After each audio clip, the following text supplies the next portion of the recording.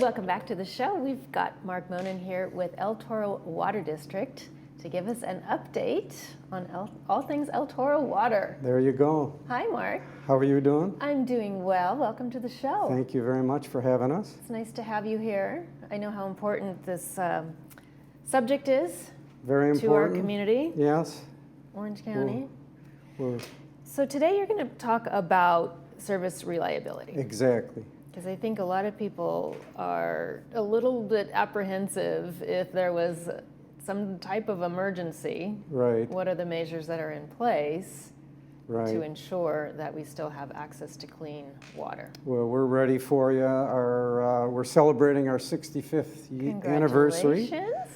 So there's a lot for us to do. Are you going to have some sort of celebratory event? We hope so. We hope You so. should. Yeah. That's commendable. I'm talking them into it. So yeah. Fantastic. So let's start off with talking about portable water. So, we're unique in that just south of Irvine or El Toro Water Base, we don't have any underground water or aquifer water. So we have to get all our water from Metropolitan, and then we do recycled water. So we import our water. We have 170 miles of distribution. 10,000 customers, thousands of apprentices, 9 water pump stations, and 6 water storage stations. Mark, where was the water stored before those were built? So this was an agriculture area, and when they built Laguna Woods Village, before they could do that, they put together the system, and it grew over time. So we don't just serve Laguna Woods, we serve Mission Viejo, Aliso Viejo, Lake Forest, and a little bit of Aliso Viejo. Mm-hmm. Okay.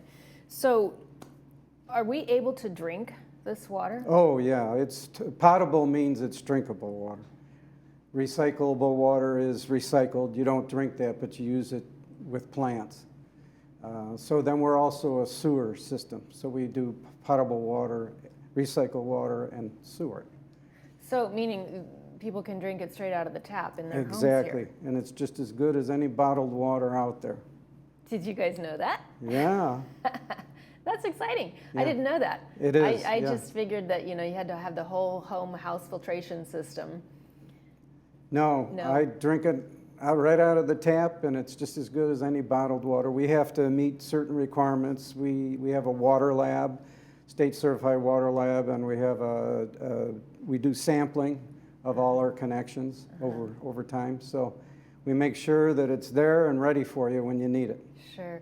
Now, this is probably off the topic here and off of your talking points for our show, but just out of curiosity, when you've got, what are those big things called that hold the water? Well, we have a big reservoir, and then we have water tanks. The water tanks. Yes. So it's pretty much that simple. It's a water tank. Right. But how do you prevent any type of growth, any types of mold or anything that could potentially infiltrate the water? So we go in there, actually, scuba divers go into our right? big reservoir, they go into the tanks, inspect them on a regular basis, and Wow.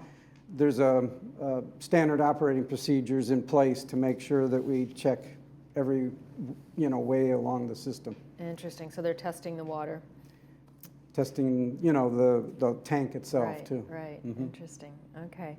So talk to us about wastewater. You mentioned that you have Yeah, so it's just sewer. important to get rid of our waste, and there's a lot of new technologies coming in the future, and we have a tertiary plant down on Ridge Route. We have our recycled water pump station is there. We have 25 miles of recycled water pipeline, and we've been able to work with our customers and reduce drinking water demands by 500 million gallons a year. So we're actually trying to reduce the use of water so we have it there in the future, especially during the droughts. So we're actually encouraging customers to use less of our product, but that's part of our mission is to, make sure we use water efficiently so it's there when you need it. Have you noticed that there's more water due to the changes in the landscaping materials? Yes, they've acted in the village. They've acted certain policies to monitor, how much water is going on the, grass and the hills and the vegetation to make sure it's at the right level.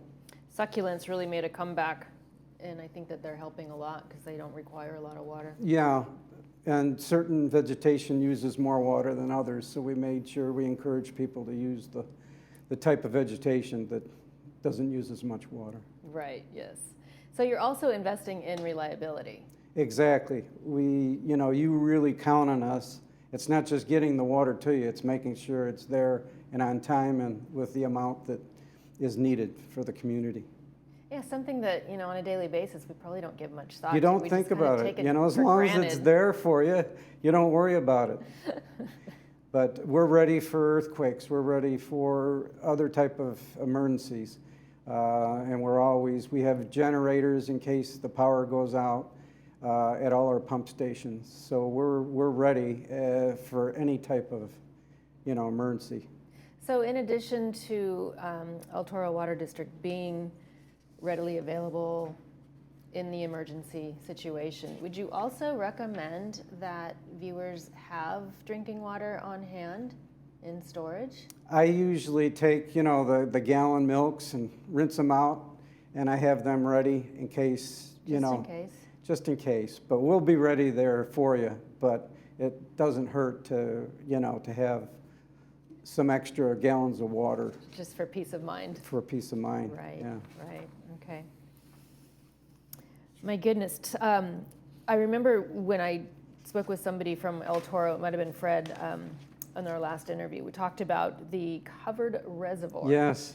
That's fascinating. It looks like a parking lot, but underneath does. it's one of the few lined reservoirs, and it's one of the bigger ones west of the Mississippi. So we share that. We're a big believer in working with our neighbors, so we share that with Santa Margarita and with Molten Miguel. It's a combined project. It is in our region, but that allows us to make sure that even if that we'll go 60 days if something was interrupted. Is that right? 275 million gallons of water in that, and we just replaced that tarp. The cover? Yeah, the cover. It's a massive cover. Fully lined. Yeah. You probably can park on it. Well, you can do a lot more than park on it. It's huge. It's huge. Well, maybe you should have your celebratory party on it. Yeah, that'd be a good place to do it. Okay, so you've got something else that you want to talk to us about, and that's a fire hardening program. Right. Now, I'm a ex-Orange County Fire Authority, PCF. Okay. So it's really important to us that if there is an emergency, that we've cleared everything around our facility. We've hardened it for if there's emergencies. So we recycle all the hydrants every year or two, and make sure we open them up and make sure that they're all working. So we have a regular system and cycle to make sure that every part of our system is ready for any type of emergency. Make sure those hydrants actually have water in them. Exactly, and that they're working, and that they'll be there and ready for my firefighting buddies when you need it. When they need it. Mm-hmm. Well, thank you so much for being here with us today, Mark. Thanks for having me. It's been a great update, and we love having you guys on the show. We love being here. Thanks for having us. Thank you. All right, coming up after the break, we have Hispanic Heritage Club. Stay with us.